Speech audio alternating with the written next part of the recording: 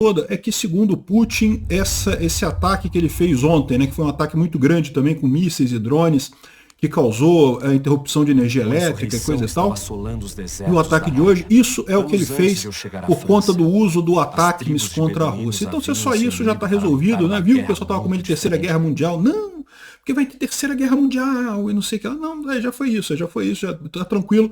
Ontem faltou luz aqui mesmo, teve problema com falta de luz, mas já resolveu o problema, já está funcionando a luz aqui de novo. Vai ter agora os cortes escalonados, né? Infelizmente tem que fazer isso, né? Até reparar totalmente o sistema elétrico, mas vamos todos sair do outro lado, né? É verdade, imagina-se que os russos vão fazer outros ataques desse, mas nada que a Ucrânia já não tenha atravessado em invernos passados.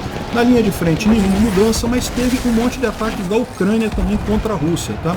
A Ucrânia atingiu alguma coisa muito grande aqui na Crimeia, também refinarias e depósitos de óleo aqui próximo de Rostov-on-Don e também aqui embaixo em Krasnodar.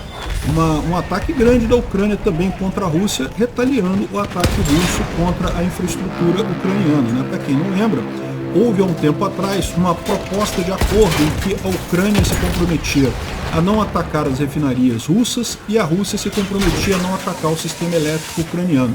Ou seja, né, evitariam ataques em alvos que prejudicam a economia, coisa tal, que enche o saco das pessoas e que não fazem...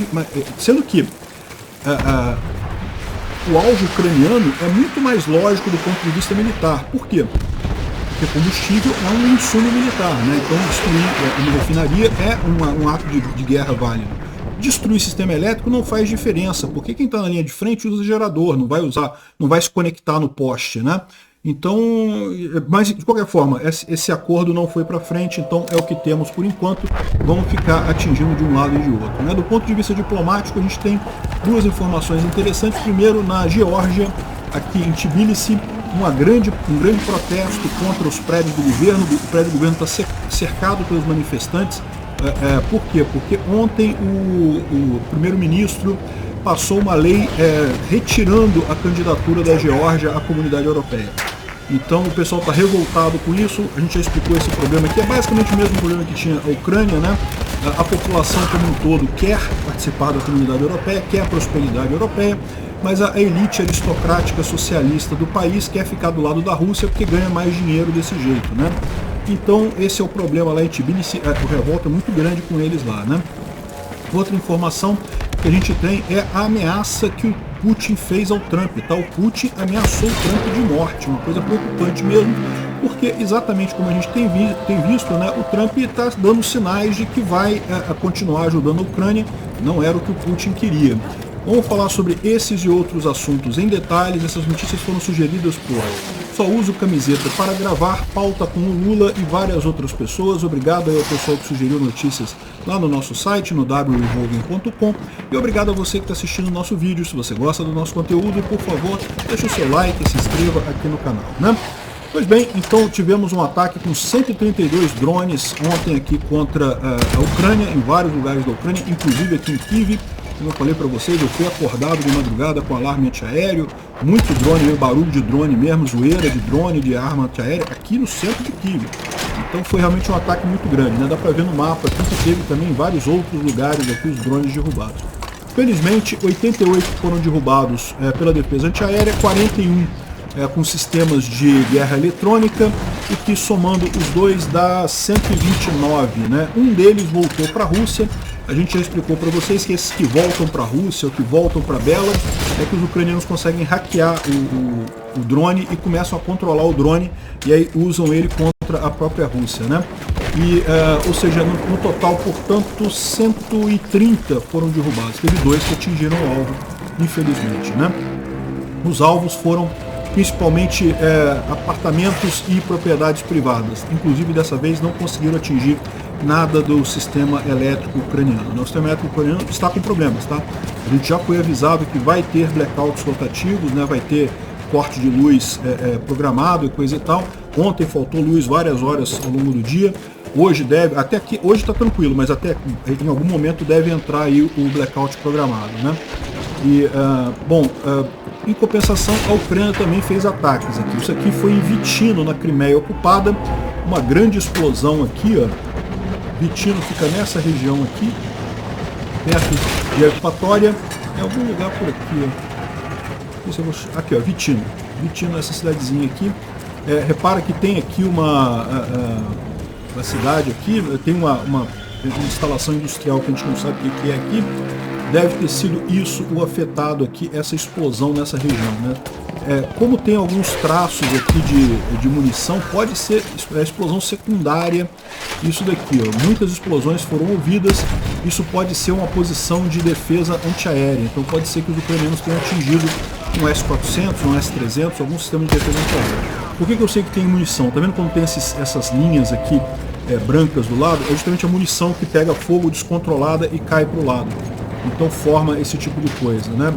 Explosão muito grande aqui, tá vendo? Bem característico isso daqui. Saiu a notícia que a Ucrânia destruiu um radar de 5 milhões de dólares ali na Crimeia, né? Ou seja, pode ter sido isso, tá? Esse radar aqui é um sistema russo de detecção antecipada. Pode ter sido isso que foi destruído ali. Eu acho que não, tá? Eu acho que isso aqui foi um outro ataque ucraniano, porque você lembra, os ucranianos também fizeram um ataque a Sevastopol e a Belbek alguns dias atrás, né? Então, ou seja, pode ter sido isso destruído no ataque anterior e agora um outro sistema de defesa antiaéreo. De qualquer forma, uma excelente notícia a destruição desse radar aqui na Crimeia, né? Não foi só isso não, tá? Teve vários depósitos de óleo pegando fogo lá na Rússia. Isso aqui ali em Rostov-on-Don. Dá para ver o incêndio aqui, o pessoal gravou o incêndio aqui em Rostov-on-Don. Aqui uma outra imagem é uma planta de Atlas Oil, próximo de Kamersk-Chartinsky, na região de Donetsk. É nessa região aqui, ó. É aqui onde está essa... Kamersk-Chartinsky é essa região aqui. Em algum lugar aqui tem um depósito de óleo que está pegando fogo aqui, ó. Provavelmente esse depósito de óleo aqui, que foi atingido pelos ucranianos, né? Por um drone ucraniano. Aqui dá para ver ele pegando fogo aqui. Teve esse outro ataque aqui numa refinaria ali na região de Rostov. Parece que é o mesmo lugar aqui. Isso aqui é a visão noturna da... É o mesmo lugar. Tá? Isso aqui só foi gravado à noite, né? O ataque foi à noite, começou à noite, e aqui são as visões durante o dia do mesmo ataque, né? Aqui, ó, forças ucranianas estão atacando vários pontos na região de Rostov. Até aqui 30 drones foram destruídos ou derrubados por guerra eletrônica, isso é o que dizem os russos, né, do ataque ucraniano. E parece que a refinaria de óleo a refinaria de óleo agiu corretamente como defesa antiaérea, né? Então, excelente notícia isso daí. Também estão falando sobre Tuapse. Tuapse é uma refinaria nesse outro lugar aqui, ó, mais aqui embaixo. Tuapse fica nessa região aqui. Tuapse. Essa região aqui é próximo de Sochi, né, no sul da Rússia. Então também temos informações de que a refinaria de Tuapse teria sido atingida por um drone ucraniano aqui nessa noite, né? Na linha de frente, nenhuma mudança significativa. Os mapas do Colevolan aqui seguem na mesma toada, tudo basicamente a mesma coisa, como a gente tem visto aí nos últimos dias, né? Então nada que mude a linha de frente, mas tem uma informação importante: continuam morrendo muitos russos na linha de frente. É uma situação de desespero muito grande, porque o Putin esperava avançar mais, né? E não está conseguindo. De ontem para hoje foi o recorde. 2030 porquinhos foram resolver o problema deles lá com Satanás, né? Então tá aqui, ó, de ontem para hoje 2030 é um recorde, tá? O anterior era 1970. Repara, estão morrendo 2.000 russos por dia ali na linha de frente e eles não conseguem avançar praticamente nada, né? De vez em quando tem um avançozinho pequeno ou outro, tipicamente é revertido depois, mas os russos estão perdendo muito pessoal, muito equipamento também, muita coisa aqui destruída, carros de transporte de pessoal, 8 tanques destruídos também, ou seja, uma quantidade grande de veículos destruídos de ontem para hoje, né? E outra coisa curiosa que acontece aqui é uma determinação do alto comando russo de proibição de uso de carros particulares na linha de frente, né? Como é que funciona isso? É muito comum os soldados fazerem vaquinha e comprarem carros civis para usar na linha de frente. A gente mesmo fez isso. Para quem não lembra, a primeira vaquinha que eu fiz para ajudar a Ucrânia foi justamente para comprar 3 carros aqui para ajudar o pessoal na linha de frente, né? 2 dos carros já foram destruídos, o terceiro chegou a pegar fogo, mas ainda está sendo usado ainda o Alex Silva tem usado ele ainda aqui na Ucrânia, né? Ou seja, a ideia é justamente você usar um carro civil, é carro baratinho, é carro que você sabe que não vai durar muito tempo, porque na linha de frente não tem como durar muito tempo mesmo. Da mesma forma que os ucranianos fazem isso aqui, os russos fazem isso do lá também, né? Usam carros particulares para fazer esse tipo de coisa, para ter como ter mobilidade, né? Poder trazer uma munição que esteja faltando, ir no mercado resolver alguma coisa, né? Acaba sendo muito útil esse tipo de carro. E só que o governo russo proibiu carro particular na linha de frente. A ideia deles é que você tem que dar o carro para a unidade. Então, se você fez uma vaquinha, conseguiu um carro particular, você tem que dar esse carro para a unidade que vai ser dona do carro, ela que vai decidir o que vai acontecer com aquele carro, né? Isso tem deixado os russos chateados. Por que os russos fazem isso? Porque estava havendo muito caso de roubo de gasolina, né? O pessoal está preocupado. Esses carros que vão para a linha de frente podem abastecer nos postos de combustível lá da linha de frente, né? E aí a gasolina é gratuita, você não paga nada por isso. O pessoal estava começando a vender gasolina, né? Fazer contrabando de gasolina. E mais do que isso, eles queriam também que o comandante controlasse o carro. Porque acontecia de um cara ter um carro, outro cara não ter, aí o cara não quer emprestar o carro para o outro, porque não gosta do outro soldado e não sei o que lá, ter briga na linha de frente, né? Isso aconteceu com a gente também. Vocês lembram que teve uns brasileiros aqui que reclamaram que o Alex Silva não estava entregando o carro, não estava deixando usar o carro, e, enfim, esse tipo de briga acontece mesmo. E aí eles querem que o carro seja dado para a unidade. Então a unidade fica com a propriedade do carro, e aí o chefe que decide quem que vai usar o carro, né? E o pessoal tá ficando muito chateado com isso, porque pô, você que comprou o carro, muitas vezes é o próprio soldado que comprou o carro e tá usando lá, né? Não foi nem vaquinha, foi o cara que comprou com o dinheiro dele mesmo o carro e tá usando lá na linha de frente, agora não pode, tem que dar o carro pro comandante. E tem muita história de comandante que tá vendendo o carro. Então, ou seja, o soldado caga sangue para comprar um carrinho para usar na linha de frente, o carrinho tem que ser dado pro comando e ele não pode usar, quem decide é o comandante agora, depois o comandante vende o carro para outra pessoa. Ou seja, o pessoal está realmente ficando muito chateado com isso aqui. Um monte de gente reclamando aqui, os soldados russos reclamando no Telegram dessa medida, né? E um monte de gente reclamando disso. Enfim, é aquele negócio, né?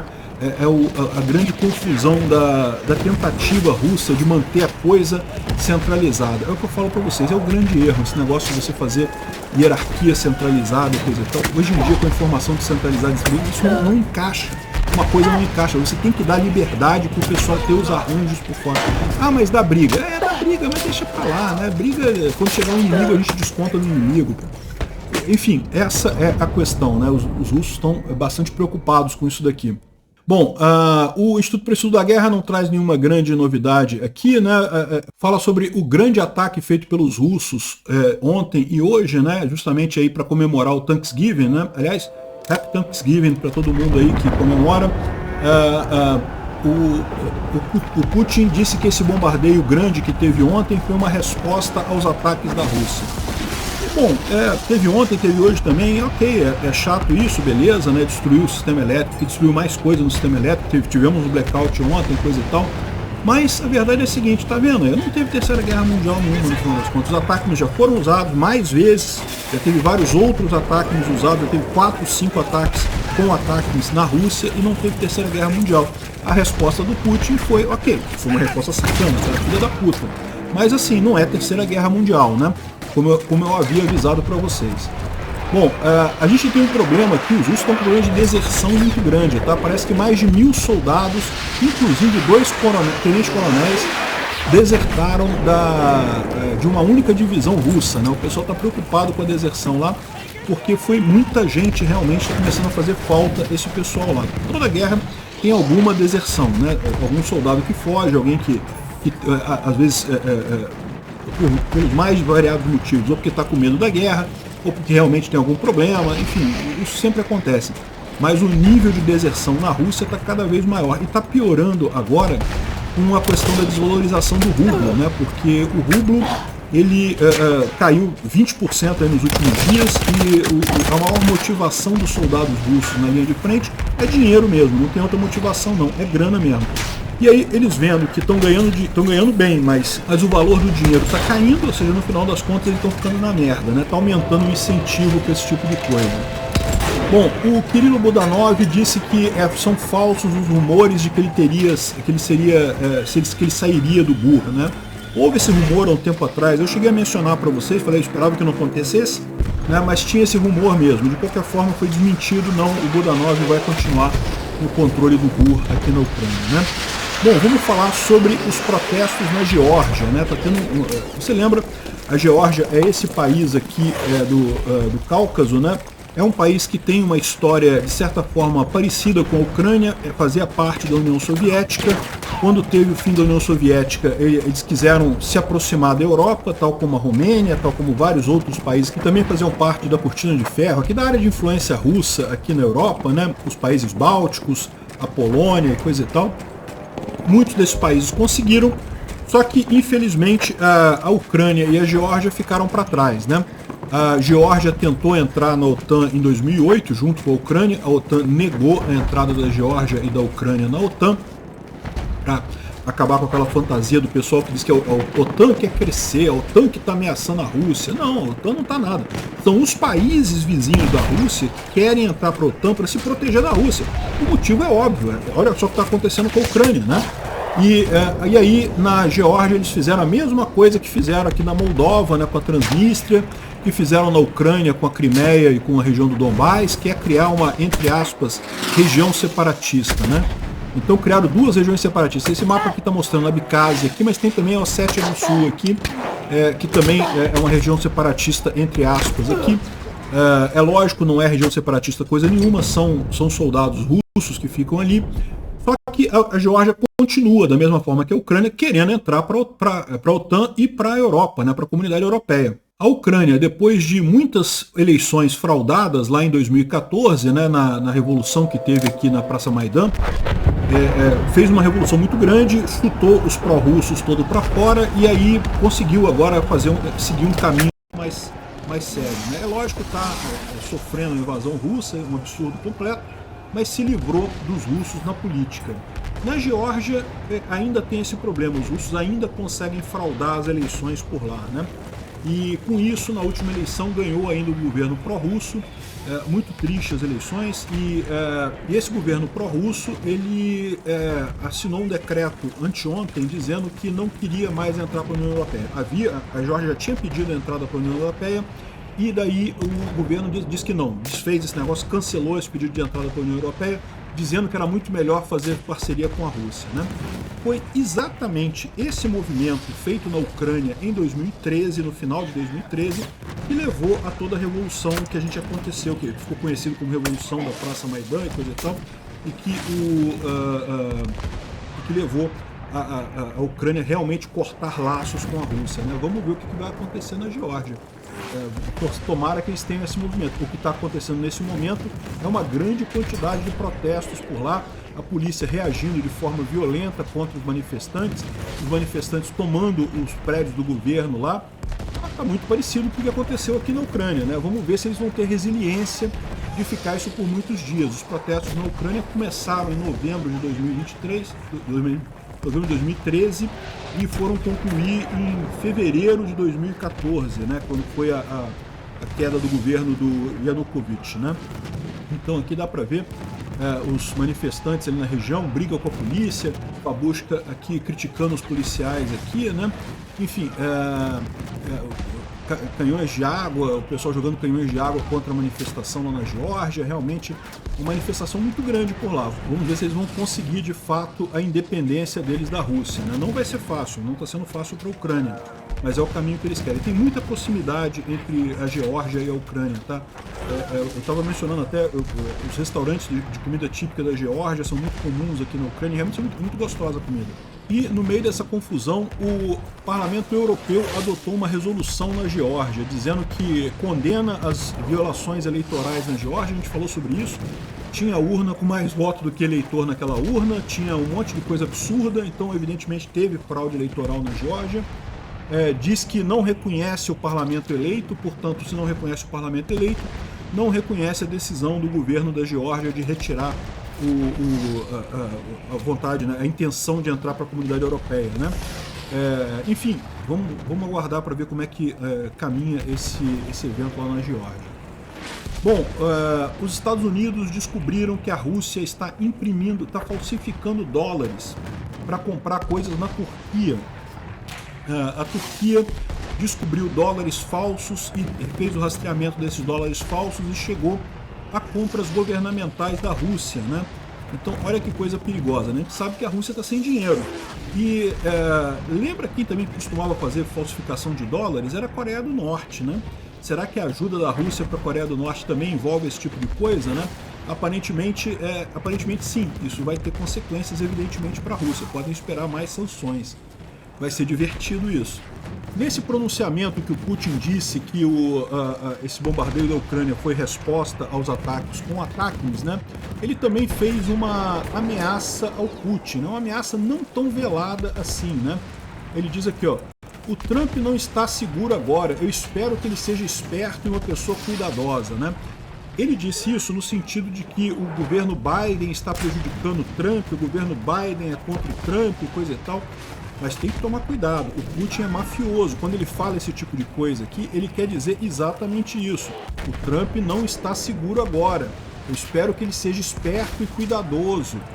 Por que isso? Porque o Trump tem dado dicas de que não vai ser tão subserviente ao Putin como muita gente imaginava, né? Muita gente imaginava que o Trump seria uma cadelinha do Putin. Eu sempre falei que achava que o Trump não ia mudar tantas coisas assim com relação à Ucrânia, não, e poderia até melhorar, né?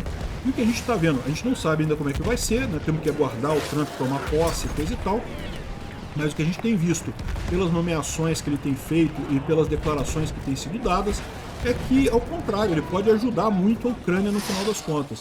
Então, isso aqui parece recado de mafioso do Putin pro Trump, né? O Trump devia tomar cuidado realmente, principalmente com os U7 que estão perto de você, Trump. Toma cuidado com esse pessoal, é tudo mafioso.